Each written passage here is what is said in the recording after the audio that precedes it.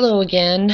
Alright, now that I have gotten my last couple of videos out of the way, the ones explaining this whole effect, I can move on further down the rabbit hole in my attempt to try and figure out why, who, and what the fuck for.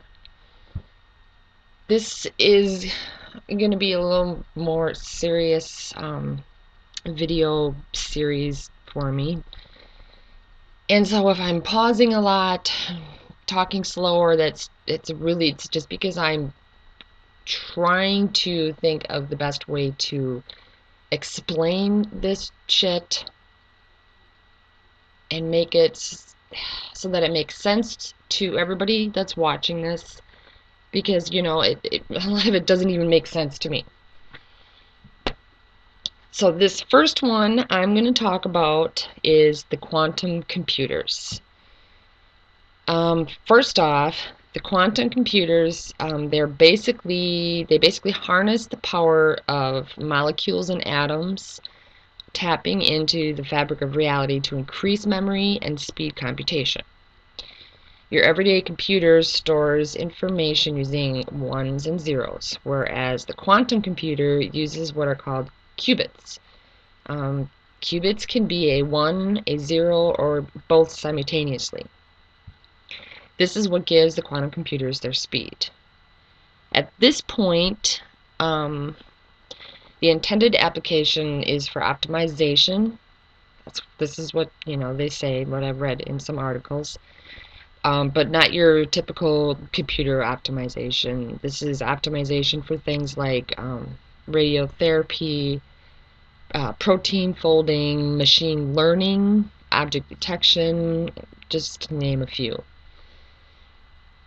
I watched a video, I've watched this a couple times, and last time was a couple weeks ago, and I needed to just think about other things first before I really thought about that too much. So I watched it again, I took some notes, and I'm going to put the link for this video so you all can watch it, which I recommend as well.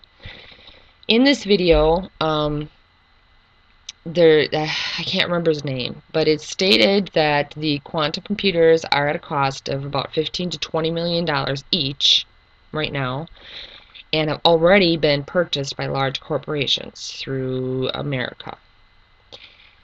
And first thing I'm thinking is, which types of corporations can afford this type of technology, and what is their purpose of using it? That's just me. And then he goes on to talk about the vast and seemingly endless amount of parallel realities and how they can be similar yet slightly different depending upon the little or large choices one makes in their life. He then says something that really jumped out at me. He says, quantum mechanics make a very specific prediction that all of those are as real as the things that you remember. I don't know. It just jumped out at me. Let's see here. That's the link I'm going to have to put down there. I thought that was interesting. Where was I? He talks about all of those,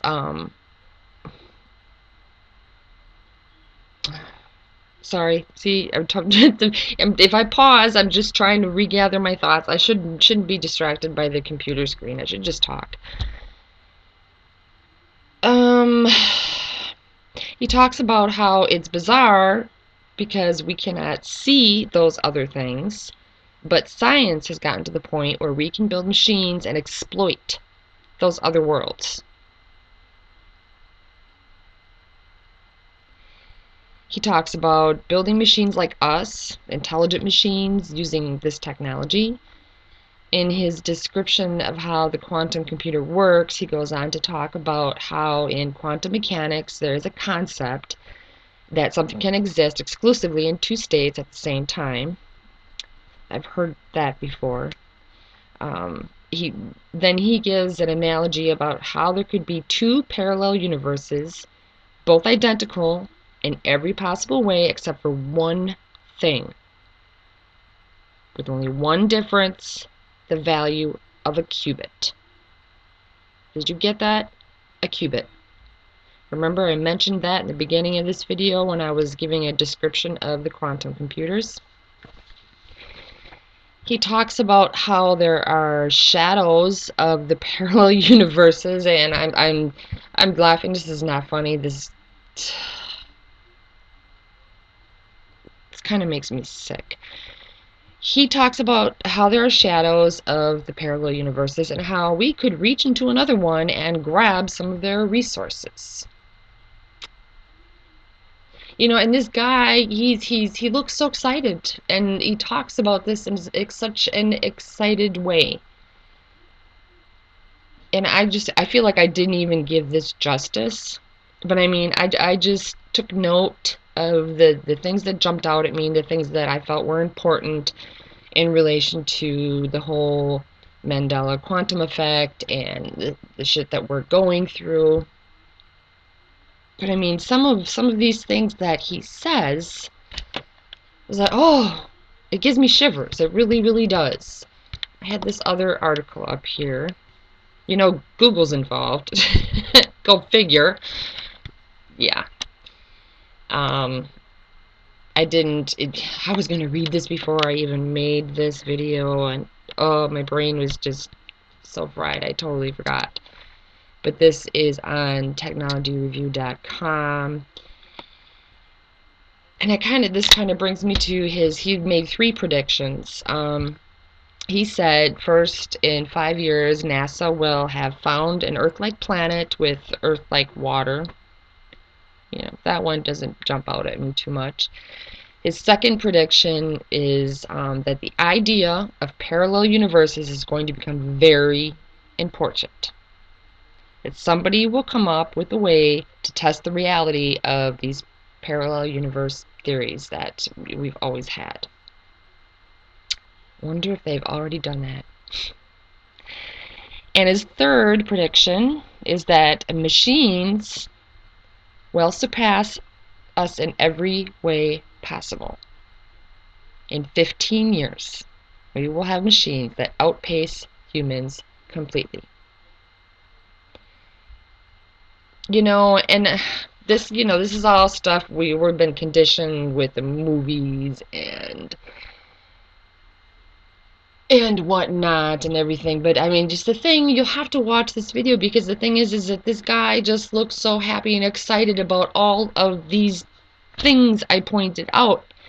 And I understand that as the human race, we want to better ourselves, and we want things faster and better, but for fuck's sake, there's a point. I'm sorry, I feel like I'm on a soapbox right now, but there is a point that you need to use your common sense and make good decisions. And I don't know if I'm jumping the gun right now, but I mean, that's why I call my videos Mandela Quantum Effect, because I have this really strong feeling that it does have something to do with the quantum computers. I mean, just because they're just talking about it right now, and yes, you know, some corporations own these, that doesn't mean that this has not been working for a while. We don't hear about shit when it actually,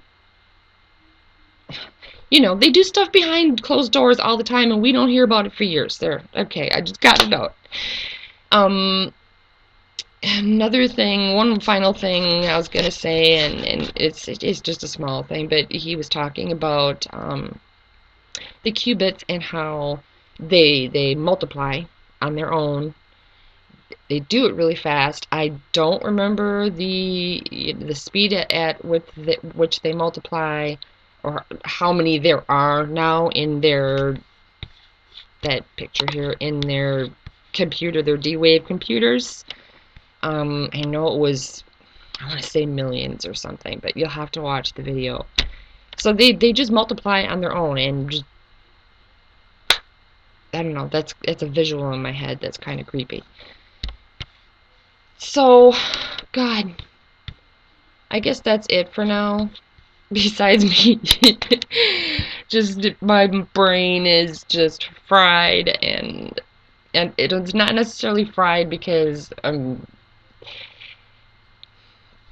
the thinking about this and how it is difficult to wrap your mind around. I think it's just fried because now I'm at the point in my discussions where, okay, now I can't joke around, I can't just be relaxed. Okay, now I have to deal with the real issue,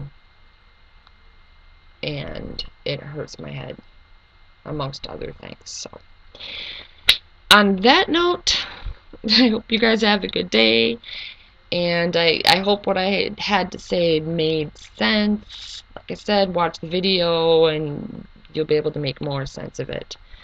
Um, any of your input is always welcome, of course. I will talk to you guys later, and you have a good day, which I've said that already, but I can say it twice.